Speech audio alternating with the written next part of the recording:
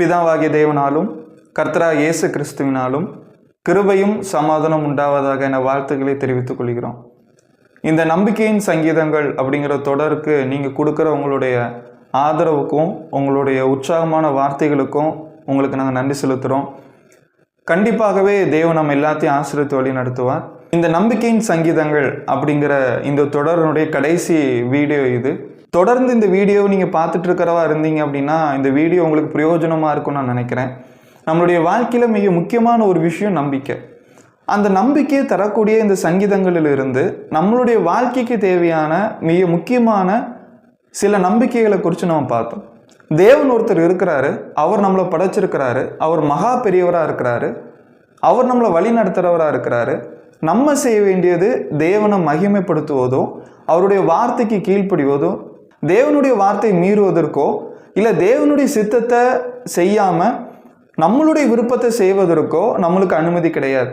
ஏன்னா நம்ம எல்லாருமே அவரால் படைக்கப்பட்ட மனிதர்கள். நாம் தேவனை மகிமைப்படுத்துவதும் அவருடைய வார்த்தையின்படி செய்கிறது தான் நம்மளுடைய வாழ்க்கையை அர்த்தமுள்ளதாக மாற்றும். அதுதான் நம்முடைய வாழ்க்கைக்கு சந்தோஷத்தை கொடுக்கும் அப்படிங்கிறத பார்த்தோம். இன்னைக்கு சங்கீதம் 2வது சங்கீதத்தை குறித்து நம்ம பார்க்க போகிறோம். இந்த சங்கீதம் 2ல் மொத்தம் 12 வசனங்கள் இருக்கு. இந்த 12 வசனங்களுமே நம்மளுக்கு நம்பிக்கையை தருகிறது அப்படிங்கிறதா இருந்தாலும் அதை விட மிக மிக முக்கியமான விஷயம் இந்த சங்கீதம் 2 மனிதர்களாக இருக்கிற நம்ம எல்லாத்தையும் எச்சரிக்கிறதா இருக்குது.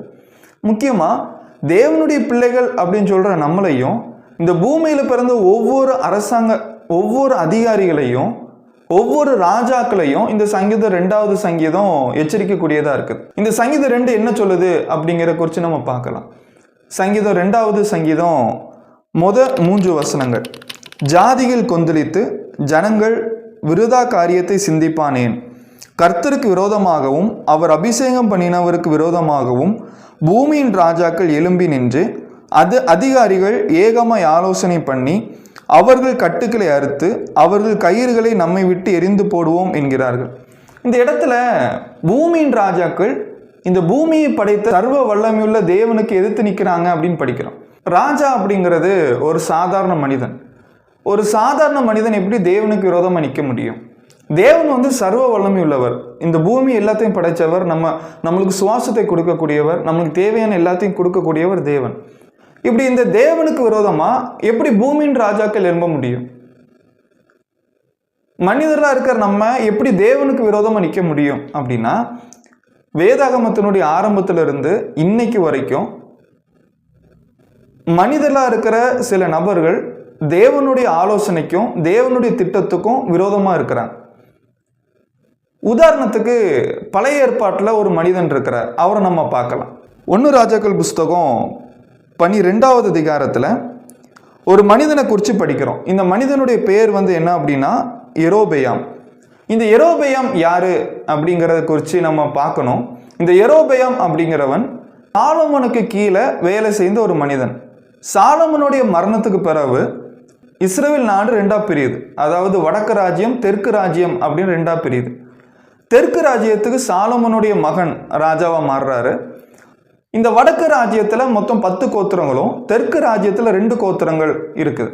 ராஜ்யங்கள் 2ஆ பிரிஞ்சாலும் அவங்களுக்கு கொடுக்கப்பட்ட சட்டம் அப்படிங்கிறது ஒன்று தான், நியாயப்பிரமாணம். இந்த நியாயப்பிரமாணத்தை தான் இந்த 2 கோத்திரங்களும் கடைப்பிடிக்கணும். இந்த யெரொபெயாம் அப்படிங்கிற ராஜா என்ன பண்ணுறான் அப்படின்னா, மக்கள் என்ன விட்டுட்டு போயிடுவாங்க அப்படின்ட்டு பயந்து தேவனுடைய வார்த்தையை அங்கே மாத்துறான். அதாவது தேவன் இஸ்ரவேல் ஜனங்களுக்கு கொடுக்கும்போது ஒரு கட்டளை கொடுத்திருந்தார், பண்டிகையை எனக்கு ஆசரிக்கணும், இந்த பண்டிகையை எருசலேமில் ஆசரிக்கணும் அப்படிங்கிறத கட்டளையை கொடுத்திருந்தாரு. இன்னும் மிக முக்கியமான கட்டளை விக்கிரக ஆராதனை பண்ணக்கூடாது கட்டளையை தேவன் இஸ்ரவேல் ஜனங்களுக்கு கொடுத்திருந்தார். ஆனால் இந்த யெரொபெயாம் சுயநலத்தினால தேவனுடைய வார்த்தையை மீறி என்ன பண்ணுறான் பாருங்க. 1 ராஜாக்கள் புஸ்தகம் 12வது அதிகாரத்தில் 28வது வசனம் பாருங்க. ஆகையால் ராஜாவானவன் யோசனை பண்ணி பொன்னினால் 2 கன்றுக்குட்டிகளை உண்டாக்கி ஜனங்களை பார்த்து, நீங்கள் எருசலேமுக்கு போகிறது உங்களுக்கு வருத்தம். இஸ்ரவேலரே, இதோ இவைகள் உங்களை எகிப்து தேசத்திலிருந்து வரப்பண்ணின உங்கள் தேவர்கள் என்று சொல்லி ஒன்றை பெத்தேலிலும் ஒன்றை தானிலும் ஸ்தாபித்தான். இந்த காரியம் பாவமாயிற்று. ஜனங்கள் இந்த ஒரு கன்றுக்குட்டியை கன்றுக்குட்டிக்காக தான் மட்டும் போவார்கள். இந்த இடத்துல யெரொபெயாம் எப்படி தேவனுக்கு விரோதமாய் நிற்கிறான் அப்படிங்கிறத நம்ம புரிஞ்சு கொள்ள முடியுது. அதாவது தேவன் கொடுத்த கட்டளை என்ன அப்படின்னா, ஒரு சிலையிலையோ இல்லை ஒரு சொரூபத்தை உருவாக்கி வணங்கக்கூடாது, இதுதான் தேவன் அப்படின்னு வணங்கக்கூடாது அப்படின்னு சொல்லிட்டு இஸ்ரவேலர்களுக்கு கட்டளை கொடுத்திருந்தார். யெரொபெயாம் பண்ற ஒரு விஷயம் என்ன அப்படின்னா, அந்த தேவனுடைய வார்த்தையை மீறி நீங்க எருசலேமுக்கு போக வேண்டாம், இது தேவனுடைய பார்வையில் மிகப்பெரிய பாவமாயிற்று.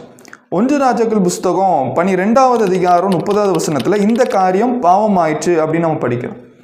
அப்போ ஒரு மனிதன் எப்போ தேவனுக்கு விரோதமாக செயல்பட முடியும் அப்படின்னா, தேவனுடைய வார்த்தை ஒரு ஆலோசனைன்னு சொல்லும்போது மனிதர்களாக இருக்கிற நம்ம தேவனுடைய வார்த்தையையும் அந்த திட்டத்தையும் மாற்றி என்னுடைய திட்டத்தையும் என்னுடைய விருப்பத்தையும் நான் கொண்டு வரும்போது அது பாவமாக மாறுது.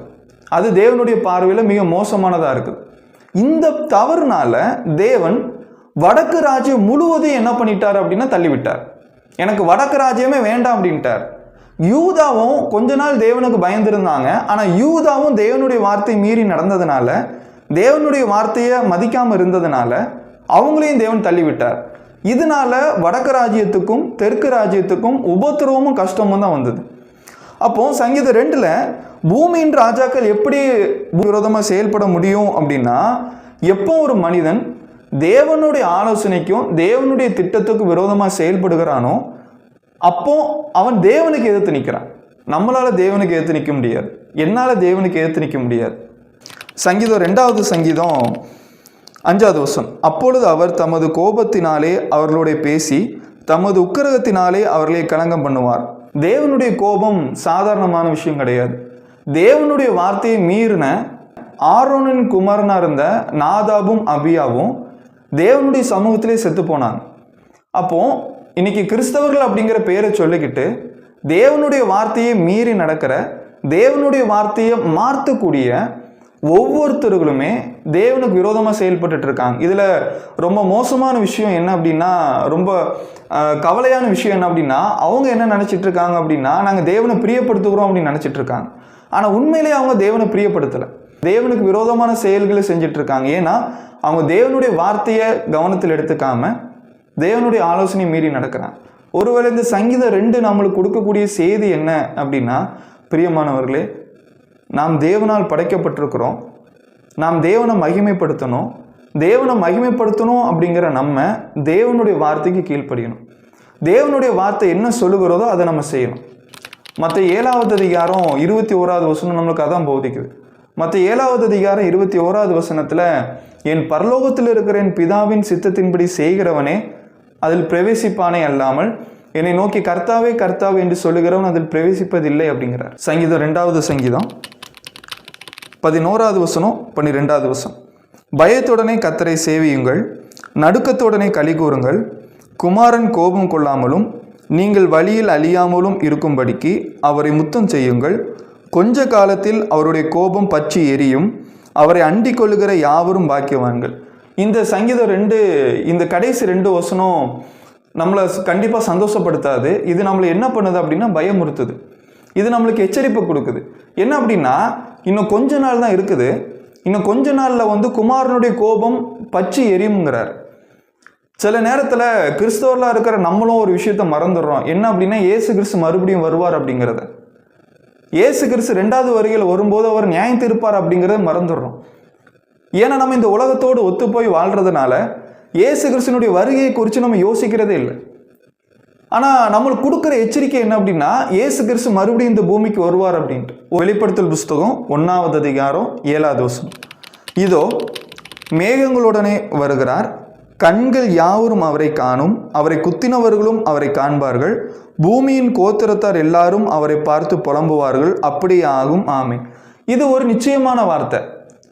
இந்த பூமியினுடைய ஆரம்பம் எப்படி இருந்ததோ அதே போல இந்த பூமியினுடைய முடிவும் இருக்கும். ஆரம்பம் இருந்ததுன்னா கண்டிப்பா முடிவும் இருக்கும். இயேசு கிறிஸ்து இந்த பூமியின் மேல நிற்பாரு. இயேசு கிறிஸ்து இந்த பூமியின் மேல நிற்கும் போது இந்த பூமி அழிக்கப்படும். இந்த நியாய தீர்ப்புங்கிறது சாதாரணமா இருக்காது. இந்த நியாய தீர்ப்பு எதன்படி இருக்கும் அப்படின்னா, யோவான் 12வது அதிகாரம் 48வது வசனத்தின்படி, அது வசனத்தின்படி இருக்கும். ஒரு பழைய ஏற்பாட்டின்படி வாழ்ந்தவங்க பழைய ஏற்பாட்டின்படியும், புதிய ஏற்பாட்டின்படி வாழ்ந்தவங்க புதிய ஏற்பாட்டின்படியும் நியாயம் தீர்க்கப்படுவாங்க. ஆனா நியாய தீர்ப்பு அப்படிங்கிற ஒரு விஷயம் இருக்கு. அந்த நாளில் இயேசு கிறிஸ்து மகா கோபம் உள்ளவரா இருப்பார். இயேசு கிறிஸ்துனுடைய கோபத்திலிருந்து நான் பாதுகாக்கப்படணும் அப்படின்னா புதிய ஏற்பாட்டின் கீழே இருக்கிறேன்னா புதிய ஏற்பாட்டு சட்டத்தின்படி நடக்கணும். நீங்கள் உங்களை நீங்களே சோதிச்சு பாருங்க. நீங்கள் தேவன் மீது வச்சிருக்கிற நம்பிக்கை உண்மையானதா அப்படின்னு யோசிச்சு பாருங்க, சோதிச்சு பாருங்க. இந்த சோதிச்சு பார்க்கறதுக்கு நீங்கள் பயன்படுத்த வேண்டியது இயேசுவால் கொடுக்கப்பட்ட புதிய ஏற்பாடு. ஒருவேளை இதை குறித்து உங்களுக்கு அதிகமான வசனங்கள் தெரிஞ்சுக்கணும் அப்படின்னா நீங்கள் எங்களை தொடர்பு கொள்ளுங்கள். டிஸ்கிரிப்ஷனில் எங்களுடைய நம்பர் இருக்கும், நீங்கள் எங்களை தொடர்பு கொள்ளுங்கள். சத்தியத்தை இலவசமாக உங்களுக்கு நாங்கள் என்ன பண்ணுறோம் அப்படின்னா கற்றுக் கொடுக்குறோம். இந்த சங்கீதம் 2 நம்மளுக்கு கொடுக்குற நம்பிக்கை, இயேசு கிறிஸ்து ஒரு நாள் இந்த பூமியின் மேலே வந்து நிற்பார். அவர் அந்த பூமியின் மேலே வந்து நிற்கும்போது ஒன்று பரலோகம் இல்லை நரகம். இந்த பரலோகம் நரகம் அப்படிங்கிறது நான் தேவனுடைய வார்த்தையின்படி நடந்திருக்கிறேனா, என்னுடைய வாழ்க்கையில் நான் படைக்கப்பட்டதனுடைய நோக்கத்தை செய்தேனா, தேவனுடைய திட்டத்திற்கு கீழ்ப்படிந்தேனா அப்படிங்கிறத பொறுத்து இருக்கும். நாம் செய்ய வேண்டியது சத்தியத்திற்கு கீழ்ப்படிவது. சத்தியத்தை தெளிவாகவும் எளிமையாகவும் சத்தியமாகவும் தெரிந்து கொள்ள விரும்பினால் எங்களை தொடர்பு கொள்ளவும். எங்களிடம் ஆவிக்குரிய புத்தகங்களும் விளக்க உரையும் டிராக்குகளும் இருக்கின்றன. எங்களை தொடர்பு கொள்வதன் மூலமாய் இலவசமாய் நீங்கள் பெற்றுக்கொள்ளலாம். பிரதர் செலின் 9790234583 மற்றும் 78450218883.